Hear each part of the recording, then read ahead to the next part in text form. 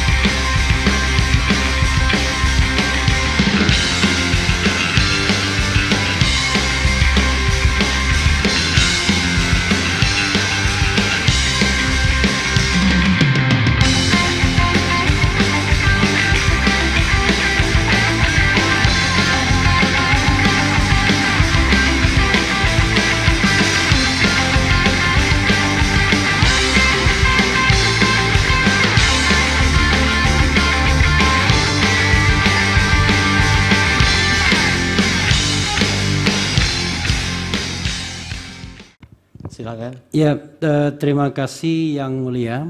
Saya pertanyaan awal dulu kepada saudara ahli. Saudara bagian dari tim kampanye Prabowo Gibran atau bukan? Saya aktivis. Saya aktivis. Bukan. Pilihan saya pribadi adalah 02. Ketua Gerakan Sekali Putaran. Oh ya. Saya mendirikan organisasi namanya Gerakan Sekali Putaran. Itu relawan buat pemenangan Prabowo Gibran. Betul, saya lengkapi kemenangan dalam sekali putaran dan berhasil dengan gemilang. Oke.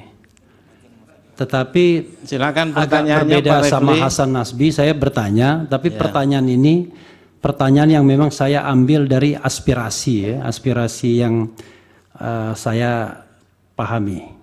Pertama, tadi Anda mengungkap Indobarometer, ya, itu kan perusahaan saudara, ya, perusahaan itu, ya, perusahaan, bukan LSM kan? Berapa kali Anda melakukan survei yang terkait dengan Pilpres dan dari mana sumber dananya atau dengan siapa pendonornya atau pendananya? Itu yang pertama. Yang kedua adalah kan Anda badan hukum, ya. Sebagai wujud akuntabilitas pasti ada pajaknya, ya kan? Kira-kira bersedia nggak Anda memberikan fotokopi pajak kepada majelis untuk melihat soal integritas? Pertanyaannya apa yang ini sudah terlalu tadi personal begini ya. Eh. Jadi pertanyaan aja mengenai soal kasus yang kita hadapi saja sebaiknya. Begini, Yang mulia. tolong pihak terkait menghormati pertanyaan saya. Kalaupun dia tidak mau menjawab, itu nggak apa-apa. Iya. Iya. Baik Pak Refli. Saya juga punya hak untuk memberikan tanggapan I dan know. bantahan. Dan Anda sudah Tidak melakukan apa-apa. itu. Sama-sama Karena itu kita menghormati. Ya, oke. Baik Pak Silakan. Otto, Pak Refli lewat hakim ya. Oke. Saya lanjutkan, ya. Karena itu soal integritas juga, ya. Soal integritas. Nah, yang ketiga adalah kalau data dipublikasikan itu ada raw datanya. Istilahnya itu atau coding, ya, yang Anda inputkan kepada sistem survei dan lain sebagainya. Itu penting. Bersediakah Anda memberikannya raw data itu kepada majelis hakim agar majelis hakim bisa melihat raw datanya? Nanti kalau majelis hakim nggak paham membacanya, ya cari survei yang independen yang bukan dari bagian tim pemenangan untuk melihat itu. Itu saja yang mulia. Terima kasih. Dan terima kasih juga kepada kawan Utuh Hasibuan. Terima kasih. Baik. Salam. Ada lagi dari 01? Cukup? Supaya clear, saya ingin bertanya ini kepada ahli bertanya. Tadi kan ditampilkan hasil riset dari indikator politik, ya. Kemudian diulas dan juga ada dalam tampilan faktor-faktor yang menyebabkan pemilih itu memilih karena tegas dan segala macam. Saya mohon diinfokan, apakah hasil riset itu pilihan jawabannya adalah pilihan jawaban yang tertutup atau terbuka? Tertutup itu artinya pollster sudah mencantumkan di situ. Nah, kalau itu tertutup, ada tidak di situ pilihan karena menerima bansos akan pilih. Sebab kalau itu tidak ada, ya nggak fair juga kemudian untuk menyimpulkan bahwa memilih bukan karena bansos, kecuali kalau itu ada, gitu loh. Nah, saya mohon penjelasan itu dulu. Baik, terima kasih. Selanjutnya Yang Mulia Prof. Saldi. Terima kasih Yang Mulia Pak Daniel. Ini Pak Kodari dan Pak Refli ini teman saya dulu dua-duanya. Tapi makin lama makin pertengkarannya nggak mau diselesaikan saja. Sampai terbawa ke ruang sidang juga. Bertengkar, saya nanya Yang Mulia. Tapi suasananya sudah agak lain gitu. Lain dari yang saya nikmati beberapa tahun yang lalu. Ya, Pak Kodari ya. Padahal dulu kemana-mana itu orang nih jalan-jalan gitu. Saya masih ingat makan mie ayam Gajah Mada di sini. Iya, itu makanya. Saya ingin saudara ahli buka lagi tadi hasil survei bulan Oktober atau September tadi yang indikator politik itu yang ditampilkan. Oh, Februari kalau indikator. Atau soal apa? Ada indikator, ada beberapa data Yang Mulia. Tadi yang bulan Oktober itu yang tentang apa itu? Yang masih surveinya Prabowo 38. Oh, itu surveinya Indobarometer justru. Indobarometer ya? Iya. Ada di sini ya? Ada. Ini. Nah, ini kan ketika itu kan masih pada 35%, 26, 18. Ya. Lalu tadi ada argumentasi alasnya ahli. Iya. Nah, ketika ini belum ada bansos gitu. Dan belum ada faktor Gibran kalau nggak salah ketika itu ya. Tidak mengatakan bahwa tidak ada faktor bansos. Tadi disebutkan ketika ini belum ada bansos tadi disebutkan. Enggak. Itu. Nanti bisa dicek di risalahnya. Iya. Tapi terlepas dari itu, bisa nggak saudara ahli memberikan kepada kita gambaran? Ini kan ada dua hal tadi yang dijelaskan, bansos dan satu lagi itu Perilaku ini pemilih. baru juga disebut ya soal money politics. Iya. Jadi kalau bansos penerima merasa ini kan uang negara ini. Lalu kalau money politics ada rasa keterikatan sekalipun yang menerima juga tidak wajib banget memilih. Nah itu kan kata saudara ahli tadi. Saya masih ingat apa yang disebut oleh Burhanuddin Mutadi ya, bahwa money politics itu sebetulnya mempengaruhi orang sekitar sekian 20 berapa persen lah, kemungkinan kecil ya, nggak sampai angka yang signifikan kalau dipinjam yang pendapat ahli yang pertama. Ada enggak hasil survei terbaru saudara ahli dari indikator politik ya? Indobarometer. Indobarometer. Ini Indobarometer. Kira-kira survei yang minta penjelasan kira-kira kalau ada serangan pajar itu seberapa besar sih pengaruhnya terhadap keterpilihan?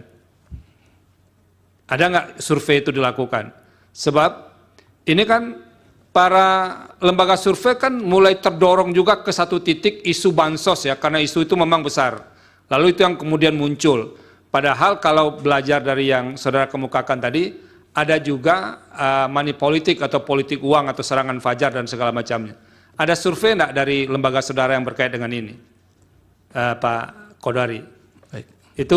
Itu satu. Yang kedua, ada survei juga enggak yang bisa membantu kita? Itu kalau di negara lain, ini bukan cerita negara lain, ini bicara Indonesia saja. Itu kontribusi calon presiden, calon wakil presiden terhadap persentase yang diraih oleh pasangan calon itu. Jadi ini kan dua nih. Anies dengan Muhaimin, Ganjar dengan Mahfud, kemudian Prabowo dengan Gibran. Ada nggak hasil penelitian yang bisa menjelaskan kontribusi masing-masing individu terhadap pasangannya? Misalnya angka 58% Prabowo itu berapa persen sih kontribusi Prabowo terhadap angka 58, kemudian kontribusi Gibran terhadap angka 58 itu. Begitu juga dengan yang lain-lain. Ada enggak hasil penelitian? Supaya kami ada bekal juga nih Pak Kodari. Jangan lalu berasumsi soal bansos juga. Ternyata ada faktor lain yang juga berkontribusi terhadap keterpilihan. Itu saja, terima kasih. Masih ada yang lain? Baik, tidak ada. Ada 7 penanya Pak Kodari. Kalau bisa menggunakan waktu seefektif mungkin, kalau perlu jam 9 sudah selesai. Baik, terima kasih Pak Daniel. Mudah-mudahan bisa ini. Silakan. Soalnya berat-berat ini pertanyaannya, apalagi dari sahabat saya Refli Harun. Dari Pak Otto, tidak mudah untuk menerima tesis ini bahwa bansos tidak berpengaruh pada pilihan capres. Bagaimana dengan mengapa hal itu bisa berbeda dengan perasaan teman-teman ya, kira-kira begitu ya. Ya karena teman-teman tadi perasaan, ya mungkin saya nggak menyebut imajinasi ya, perasaan lah.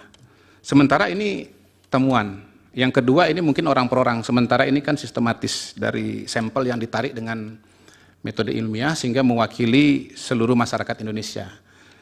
Jadi kalaupun misalnya pakai terminologi perasaan, itu terminologi perasaan teman-teman pemohon, sementara temuan ini adalah perasaan rakyat Indonesia. Barangkali itu singkatnya. Kemudian yang kedua, bisakah jelaskan soal Sumbar dan Aceh, apa faktornya? Untuk objektifnya harus diadakan riset tersendiri di masing-masing provinsi itu. Karena sekali lagi yang kita punyai pada hari ini dan saya kutip pada hari ini adalah data riset nasional. Itu gabungan dari responden di Sumatera Barat, di Aceh, Jawa Tengah, Jawa Timur, Papua, dan seterusnya. Jadi ini gabungan faktor nasional. Nah pasti ada faktor-faktor yang khas atau bahkan mungkin urutannya berbeda atau variabelnya berbeda antar provinsi. Itu jawabannya. Kemudian Pak Rifai, hubungan kemenangan PDIP dengan bansos. Saya punya pertanyaan sejenis untuk PDIP, untuk partai politik, pilihan partai politik, tetapi karena ini temanya soal capres, jadi saya tidak membawa datanya dan tidak sepenuhnya hafal juga. Tapi yang saya ingat itu sebetulnya kembali kepada variabel-variabel yang biasa ditemukan pada pilihan partai, misalnya faktor ketertarikan kepada tokoh, suka dengan tokohnya, kemudian kebiasaan, kemudian kadernya atau calegnya bagus, dan variabel-variabel lainnya. Kurang lebih begitu. Nah, biasanya partai yang paling lengkap daya tariknya punya tokoh, punya caleg yang bagus, yang kuat, kemudian faktor sudah lama, jadi udah jadi kebiasaan untuk memilih partai tersebut, itu akan lebih unggul. Untuk Bang Refli, saya jawab yang sesuai dengan topik saja. Soal raw data siap diberikan apabila diminta oleh Majelis Hakim. Kemudian 03, ini topiknya di luar tema yang dimintakan oleh 02, oleh advokat 02 kepada saya, karena itu saya skip. Kemudian Bang Sira Prayuna, bansos tidak punya data untuk mengetahui. Saya pertama majelis, Ya. tema dari presentasinya adalah hubungan bantuan sosial dengan elektabilitas kan. Itu yang kami tanyakan tadi. Jadi sangat berhubungan dengan apa yang saudara paparkan. kaitannya dengan bansos Kami ulang dan ya. pilihan. Kami mencatat Presiden Ya. itu 24 kali membagi-bagi bansos, kesana kemari. Oke. Ya, tidak ada masalah kelaparan, tidak ada masalah bencana alam, tidak ada masalah sosial dan lain-lain. Oke. Menurut kami alasannya itu elektoral Oh, untuk oke. mendukung Baik, baik. anaknya Baik. menjadi wapres. Ini bukti nepotisme menurut hemat Baik, kami. baik, baik. Nah, apakah memang saudara punya bukti lain untuk memberikan justifikasi sampai begitu sibuknya seorang presiden membagi-bagi bansos? Itu pertanyaan Oke, kami. baik. Gini saya menjawabnya kali ini dengan perasaan, izin ya. Jadi kan perasaan beliau, ini saya jawab dengan perasaan saya. Perasaan saya, Pak Jokowi sedang menjalankan tugas sebagai Presiden Republik Indonesia yang baik. Dan Presiden yang suka belusukan. Mau ada pemilu, nggak ada pemilu, dia pasti keliling Indonesia. Dah, tuh. Kemudian untuk Bang Sira, masih pada masa-masa terakhir. Saya tidak berani mengatakan ini karena saya tidak meriset, jadi saya tidak bisa menjawab. Kalau saya nggak tahu, saya bilang nggak tahu. Kalau soal perasaan, saya jawab perasaan.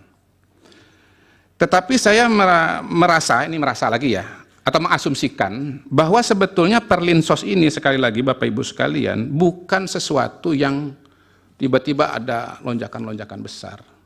Terutama kalau kita bicara Perlinsos secara menyeluruh.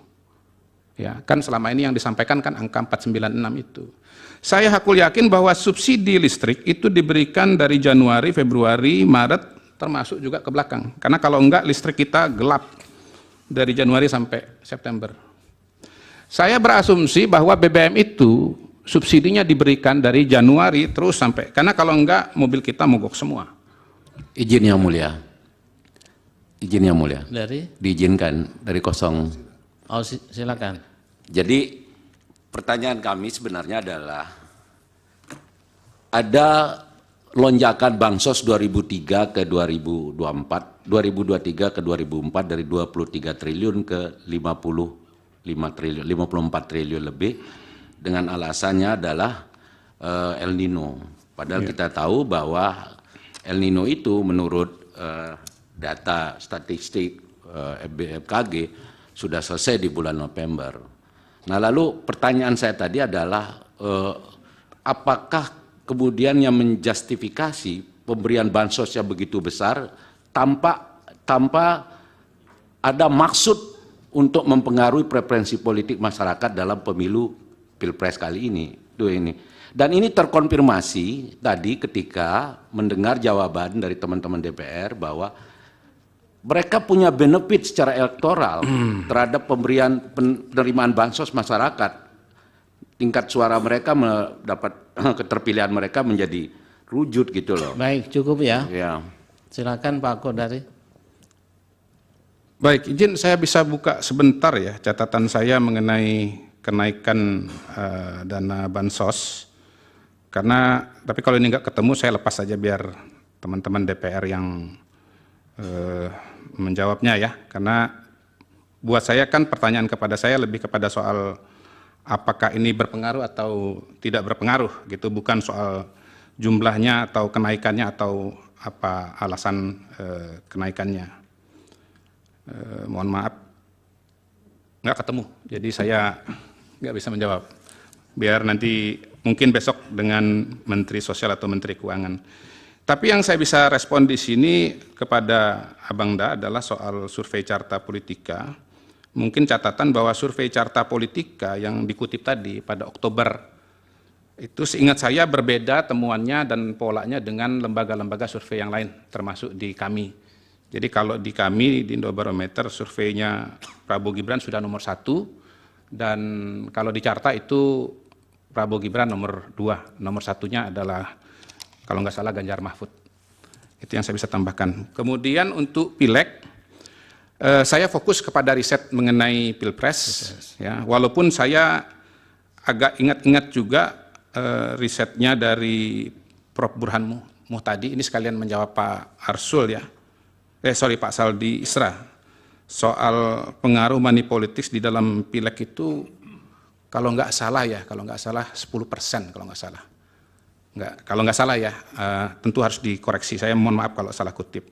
Jadi ini cerita mengenai Pileg, caleg, bukan bicara mengenai Pilpres. Kalau Pilpres datanya yang saya sebutkan tadi. Dan riset yang lebih rigid, misalnya seperti yang dilakukan oleh Prof. Burhan, rasanya belum pernah saya temukan. Kemudian dari KPU. Apa alasan atau faktor paling utama 2024? Tergantung lembaga yang ditanya. Kalau Indobarometer yang ditanya dengan riset yang ada, tadi tegas, berwibawa, melanjutkan pemerintahan dan seterusnya. Itu ya Pak Hasim ya. Kemudian dari Pak Arsul, pertanyaan terbuka atau tertutup. Kalau yang survei Indobarometer itu terbuka, yang mulia. Jadi bukan kami yang konstruksi, itu jawaban responden dari masyarakat yang kemudian dikompilasi. Kalau yang indikator, karena bukan saya yang melakukan, saya tidak berani konfirmasi, tetapi dari bentuk pertanyaannya yang dicantumkan di tabel, dugaan saya adalah pertanyaan terbuka juga, sama. Jadi pertanyaan terbuka, jadi bukan yang dikonstruksi oleh peneliti. Kemudian dari Prof. Saldi yang pertama sudah saya jawab tadi. Kemudian oh ya, soal perlinsos begini. Perlinsos ini sebetulnya saya kira ada dua macam ya. Pertama, orang merasa entitled, tapi sebetulnya ada juga yang kedua, orang sebetulnya bahkan tidak menyadari bahwa dia mendapatkan bantuan dari pemerintah. Saya kira kalau kita bicara BBM, listrik, mungkin sedikit yang menyadari bahwa mereka tuh sebetulnya dibantu oleh pemerintah. Tetapi kalau yang dapat beasiswa pendidikan, kemudian jaminan kesehatan, itu mungkin mereka merasa. Walaupun seperti teman saya tadi, dia justru pembenci Jokowi dan tidak memilih 02. Ya. Soal kontribusi mengenai wakil presiden, ini kalau di risetnya Kompas itu dinyatakan ada. Ya. Jadi dia mengatakan bansos tidak ada, tetapi peran wakil ada. Nah, kalau saya melihat bahwa paslon 02 itu untuk kalangan pemilih muda misalnya, itu proporsinya tinggi dibandingkan dengan usia yang lebih muda. Jadi anak muda itu jumlah yang memilih 02 lebih banyak. Dan hemat saya dengan metode cross tabulation kita bisa mengatakan bahwa ada pengaruh Gibran sebagai wakil presiden di situ. Tapi berapa persen saya tidak bisa katakan. Dan saya tidak bisa mengatakan atau menjawab berapa kontribusi Pak Mahfud kepada Ganjar, berapa kontribusi Muhaimin kepada Anies Baswedan. Demikian yang mulia. Terima kasih. Baik, Yang terima mulia, kasih. ada pertanyaan yang belum dijawab tadi, yaitu berapa kali Anda melakukan survei yang terkait dengan Pilpres, karena kan dia mengutip Indobarometer lembaganya. Lalu sumber pendanaan itu penting, karena disitulah sumber integritas pollster atau surveyor menurut saya. Baik, saya kira tidak mesti harus dijawab itu. Ya, saya jawab aja satu kali. Oh, silakan kalau mau dijawab. Iya, saya jawab satu kali. Ya, Ya, satu kasih. kali ya. Ya. Baik, terima kasih.